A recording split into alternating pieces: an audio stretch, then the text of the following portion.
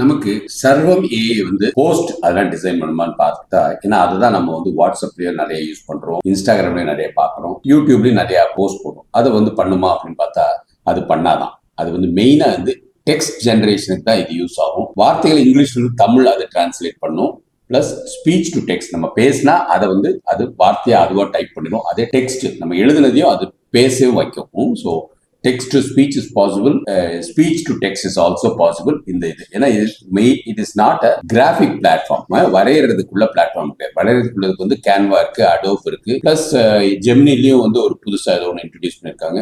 அது இல்லாம இன்னும் நிறைய இருக்கு இல்லையா, நம்ம அது நல்லா தெரியும். ஆனா தமிழ் ஹெட்லைன்ஸ் உருவாக்கலாம், ஹூக் லைன்ஸ் போடலாம், நம்ம கால் டு ஆக்ஷன்ஸ் எல்லாம் பண்ணலாம். இந்த மாதிரி விஷயங்கள்லாம் வந்து அதுல இது பண்ண முடியும்.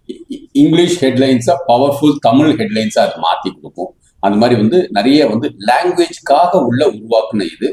Voice over script for the posters அதை நம்ம யூஸ் பண்ணிக்கலாம். அப்புறம் வேற என்னெல்லாம் யூஸ் பண்ணா நமக்கு வந்து போஸ்டர்ஸ் வேணும்னா நமக்கு வந்து கேன்வா, அடோப்பு, மைக்ரோசாஃப்ட் டிசைனர்ஸ் அதுக்கு தான் வந்து பெஸ்டா இருக்கு இப்போதைக்கு. அதுல வந்து டிசைனை உருவாக்கிட்டு இதுல கொடுக்குற அந்த கிராபிக்ஸ் ஹெட்லைன்ஸை அதில் காப்பி பண்ணி பேஸ்ட் பண்ணி போட்டுக்கலாம்.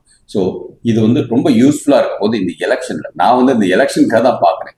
ஏன்னா விஜய் கட்சிக்காரங்க, சீமான் கட்சிக்காரங்களாம் அவங்கெல்லாம் வந்து துருன்னு புதுசா ஏதோ கிரியேட் பண்ணிட்டே இருக்காங்க. ஏஐ யூஸ் பண்ணி கருணாநிதி படத்தை போட்டிருக்காங்க, ஸ்டாலின் படத்தை போட்டிருக்காங்க, டாஸ்மாக் முன்னாடி எந்திரிச்சு குதிக்கிறதெல்லாம் பண்றாங்க. இந்த மாதிரி விஷயங்கள்லாம் வரப்போகுது. அதனால இந்த ஏஐ கலந்த முதல் எலெக்ஷன் 2026. அதுல சர்வம் வந்து டெக்ஸ்டுக்கு தான் பயன்படுத்த முடியும், டிசைன்ஸ்க்கு பயன்படுத்த முடியாது. தெளிவுபடுத்துகிறேன். வாழ்க பாரதம், வளர்க இளைஞர் சமுதாயம், ஒளிரட்டும் தமிழகம்.